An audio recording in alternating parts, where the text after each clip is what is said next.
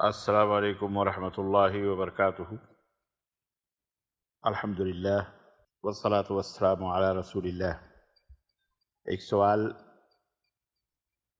ایک بھائی نے کیا ہے کہ کتنے قسم کے جانور ہیں جن کی قربانی جائز نہیں ہے۔ در حقیقت 4 طرح کے جانور ایسے ہیں جن کی قربانی جائز نہیں ہے۔ نمبر 1، آنکھ میں عیب ہو، جیسے کہ اس کی آنکھ بہہ کر دھنس چکی ہو یا بٹن کی طرح ابھری ہوئی ہو، یا پھر آنکھ مکمل سفید ہو کر اندھی ہو گئی ہو،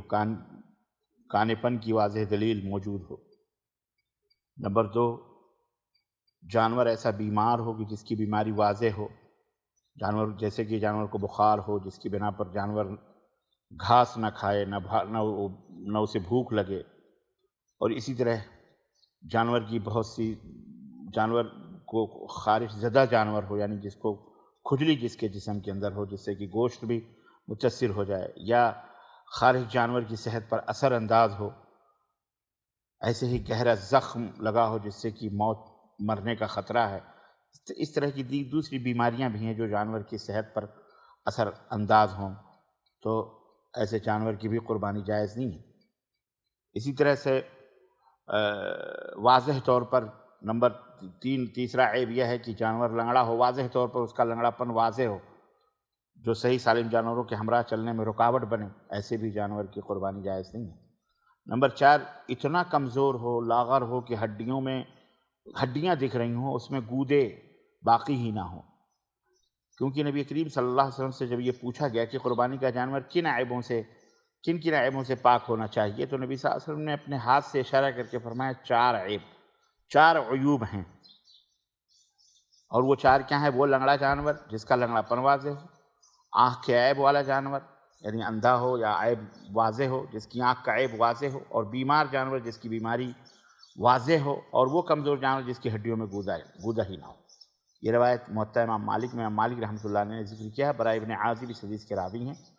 اور اسے سنن میں بھی براء ابن عازب رضی اللہ عنہ سے یہ ایک روایت مروی ہے کہ جس میں نبی صلی اللہ علیہ وسلم کہتے ہیں کہ ہم نبی صلی اللہ علیہ وسلم کے درمیان کھڑے ہوئے تھے، یا ہمارے درمیان نبی صلی اللہ علیہ وسلم کھڑے ہوئے تھے، اور فرمایا کہ 4 قسم کے جانور قربانی میں جائز نہیں،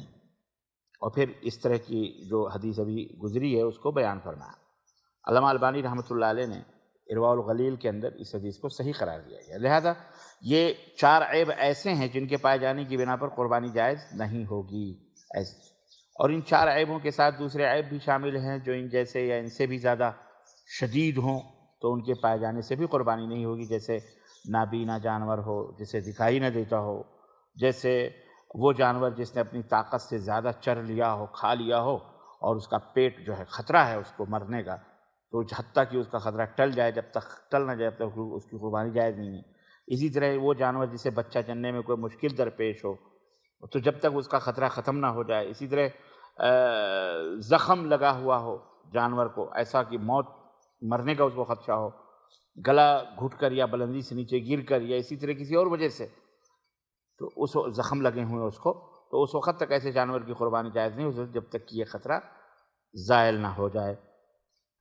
اسی طرح سے ہمیشہ دائمی بیمار ہو، چل پھر نہ سکتا ہو، اسی طرح اگلی یا پچھلی ٹانگوں میں سے کوئی ٹانگ کٹی ہوئی ہو، تو یہ 6 عیب اور بھی ہیں۔ اگر 4 کے ساتھ یہ 6 ملا لیں تو اس طرح سے 10 عیب ہو جائیں گے۔ تو بہرحال ایسے جانوروں کی قربانی درست اور جائز نہیں ہے۔ اللہ تعالی ہمیں ہماری قربانیوں کو قبول فرمائے، اور اللہ رب العزت ہمیں ان نبی کریم صلی اللہ علیہ وسلم کی اسلام کی ان تعلیمات پر عمل کی توفیق عطا فرمائے۔ آمین یا رب العالمین۔ وصلی اللہ علی نبینا محمد وعلی آلہ وصحبہ اجمعین۔ والسلام علیکم ورحمۃ اللہ وبرکاتہ۔